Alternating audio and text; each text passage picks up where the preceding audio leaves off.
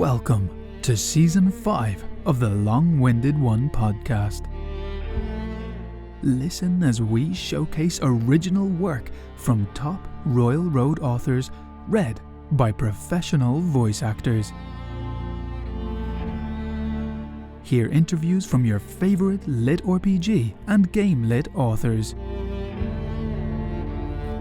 Lastly, listen as the Long-Winded One tries his hand at his first ever lit RPG novel, The Four Treasures. This is an excerpt of Dark Matter Ascension, Book 1, written by Sarah Streams and read by Sarah Streams. Chapter 1, Jace Saren, Courier. The sliver screen glimmered in Jace's palm as he tapped the panel to open the application from General Logistics. A priority message was listed in bold text. Your payment is overdue. You have 8 hours to complete your payment before repossession agents are dispatched. The situation was grim, and Jace looked down at his prosthetic legs with a sigh. They were expensive, but worth the cost. He would probably be paying them off the rest of his life to the Megacorp. Thankfully, this gig would pay well. Slipping the sliver screen back into his pocket, he pulled up his hood over his unkempt, black-as-mud hair. Jace vaulted the wall he was hiding behind and landed in a crouch, scanning the area for any sign of guards. He jogged to the docks before slowing down to blend in. A handful of workers were moving about, and he was just another shabby-looking porter for all they cared. He had been here plenty of times before and made a beeline for his pickup. The blue boat was bobbing slightly, tied off to the closest possible cleat. "I'm here for the package," Jace announced. A pair of hulking men hopped over the edge of the boat. One of them had a briefcase handcuffed to his arm. Jace recognized the one without the briefcase and gave him a quick wave and a smile. "Greg, I didn't know you were freelancing again." Greg was a Goliath of a man, standing at least a foot taller than Jace. He walked up to him and wrapped the smaller man in a bear hug, his ruddy red beard scratching against Jace's face. "Hey, it's been a few months?" He let Jace down and let the slimmer man breathe once more. "Last time I saw you, you were crawling away from some gurney in a crappy hospital. I see you got fancy new feet." Jace nodded. "Yeah, they were expensive. She tried to pull some strings, but I ignored her. Anyways, I wasn't expecting to see you anytime soon. How was visiting the family?" "Good. We'll catch up later. You got a rough drop spot, my man, and the clock is ticking." Greg walked to his companion, opened the briefcase, withdrew a thick, clear plastic bag, and walked back to Jace. "My contact told me you got climate control on that bag." A shining, sparkling silver liquid sloshed around in the confines of the container. Jace nodded and unzipped the messenger bag. "Hot or cold?" "As cold as you can get it," Greg replied as he placed the item gingerly into the bag. "Any handling instructions?" Jace asked as he closed the zipper, tapped the temperature control, snapped the lock shut, and readjusted the straps to keep it tight to his back. "Keep it away from magnets. This lady gave a 30-minute timer. Good luck. I'll buy you a beer when the job is done. We can catch up." He tapped a button on his sliver screen, a notification to whoever sent him that he had done his part of the delivery, and to start Jace's timer. Greg turned away with a slight wave as he and his companion clambered back onto the boat. Jace did not bother waving back. "Damn it, you should have told me that before we started talking," Jace thought. He turned heel and took off at a sprint. 30 minutes to get across town was barely manageable, but he would have to sprint the full distance, and hope no obstacles got in the way. He racked his brain trying to think of every shortcut he could come up with. He had to cross the river, and while there were a few different ways to cross, the bridge was the most reliable and safest route, but not the most direct. If he did not make the drop spot on time, he wouldn't get paid, and if he was not paid, he could not pay off his debt on the new prosthetics. He would be no better than the rest of the bums lying on the street with no income, just waiting to die. He did not want his feet repoed. He instead cut for dangerous territory, gang territory, the type of territory that street folk like him knew to sneak through and not run through. But he had no choice. Survival came first, and in this case, survival meant getting to the drop spot. This was his best chance at making the delivery deadline. "Just survive," he thought as the words of his kid sister echoed through his head. The last words he heard from her. That was the only reason he was alive and had not succumbed in the dingy charity hospital. Survive for her. No matter what. Survive. There was a wall in the way, and he slowed slightly as he prepared to jump.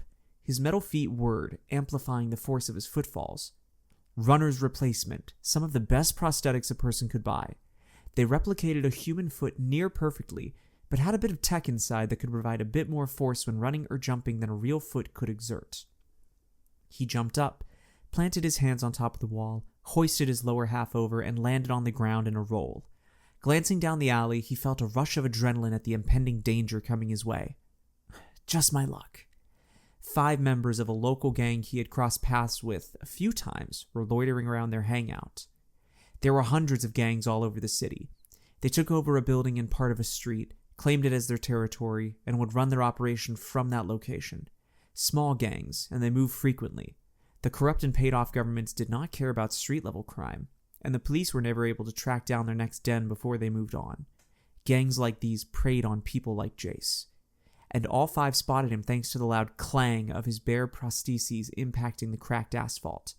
He was going for speed, not stealth, and his lack of caution cost him a smooth journey through territory he had traversed dozens of times before without issue. Their shouts overlapped as they began to rush towards him. Jace could hear doors slamming and knew that more were joining those 5 in the chase. Jace kept sprinting down a familiar alley, feeling his heart beat faster and faster. The exhilaration of a chase kicked in a moment later as he heard more shouts from behind, and the revving of a motorcycle engine as the pursuit began in earnest. They had fortified their territory, and Jace had to navigate between haphazard traps that lay all around, from simple shattered glass that he easily avoided, to a Molotov cocktail rigged with a tripwire which he had to leap over, and even somehow an ancient bear trap that he barely dodged at the last second, scarcely noticing it hidden under garbage. They've learned, he thought, as these traps weren't here when he snuck through their territory a few days ago when they were first taking over the block. Bang! He instinctively ducked as the bullet whizzed by him before impacting the concrete wall of the building to his left. Tiny chunks of the debris puffed out and provided a small smoke screen. Jace got as low as he could and he kept running, gunshots ringing out behind him as bullets continued to whiz by. Jace felt giddy as adrenaline pumped through his veins, the situation growing more dire with the threat of lethal force. The rhythmic tap, whoosh of his feet hitting the ground and lifting off as he continued his journey were a constant reminder of the accident a few months ago. The sound was almost unnerving, but he had begun to get used to it. The revving of the vehicle that was in pursuit pushed him on even faster, and he could feel the internal servos beginning to whine under the pressure of being overworked, a slow heat traveling up the grafted metal and reaching his flesh. Damn, I'm pushing them too hard, he thought. They were great for sprints, not as good for endurance running. He coiled his legs once more and jumped over the small wall of stacked metal siding and wood scraps, the edge of the gang's territory.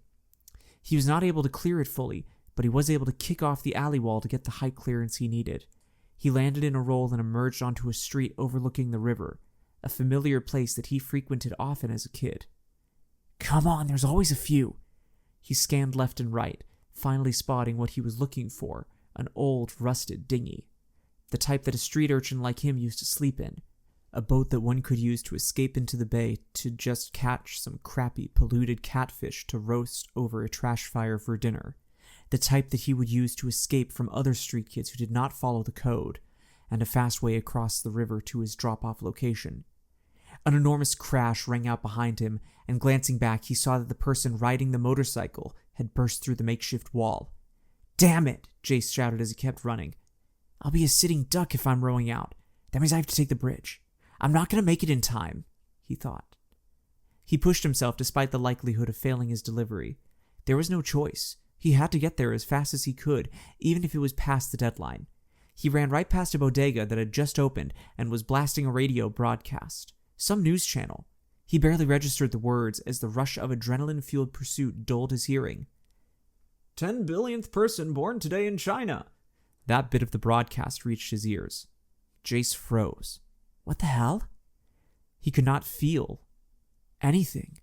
Not the acrid taste of smog in the air, not the foul smell of rotten sewage pouring into the river, and most definitely and unsettling of all, not even his own heart that was quickly beating a few moments ago.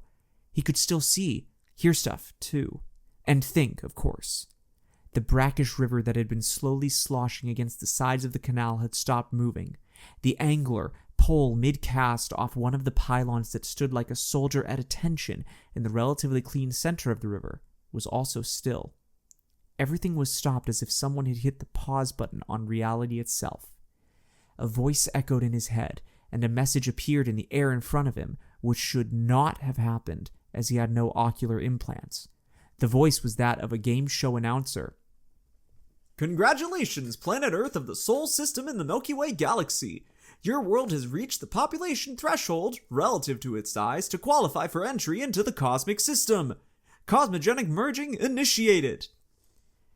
Jace could still not feel, only see, hear, and think, and his mind raced with possibilities. Some type of experiment? He thought of the weird package in his bag. This fluid stuff?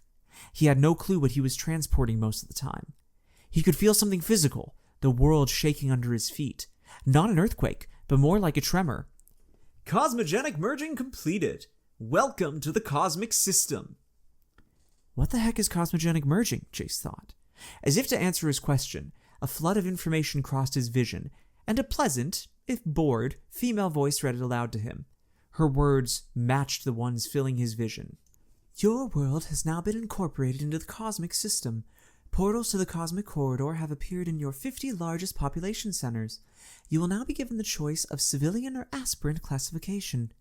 The civilian classification forces a maximum lifespan of 150 years while in the Eternal City before removing the individual back to their homeworld.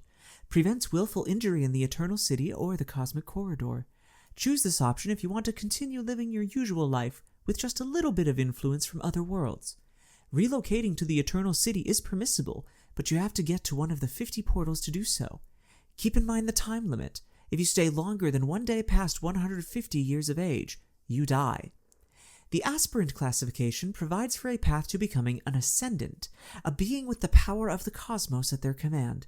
Unrestricted travel to any world connected to the cosmic corridor. This carries the risk of injury or death. This leads to practical immortality and near-deific power. Approximately 0.05% of those who choose this classification survive. Frequently asked questions.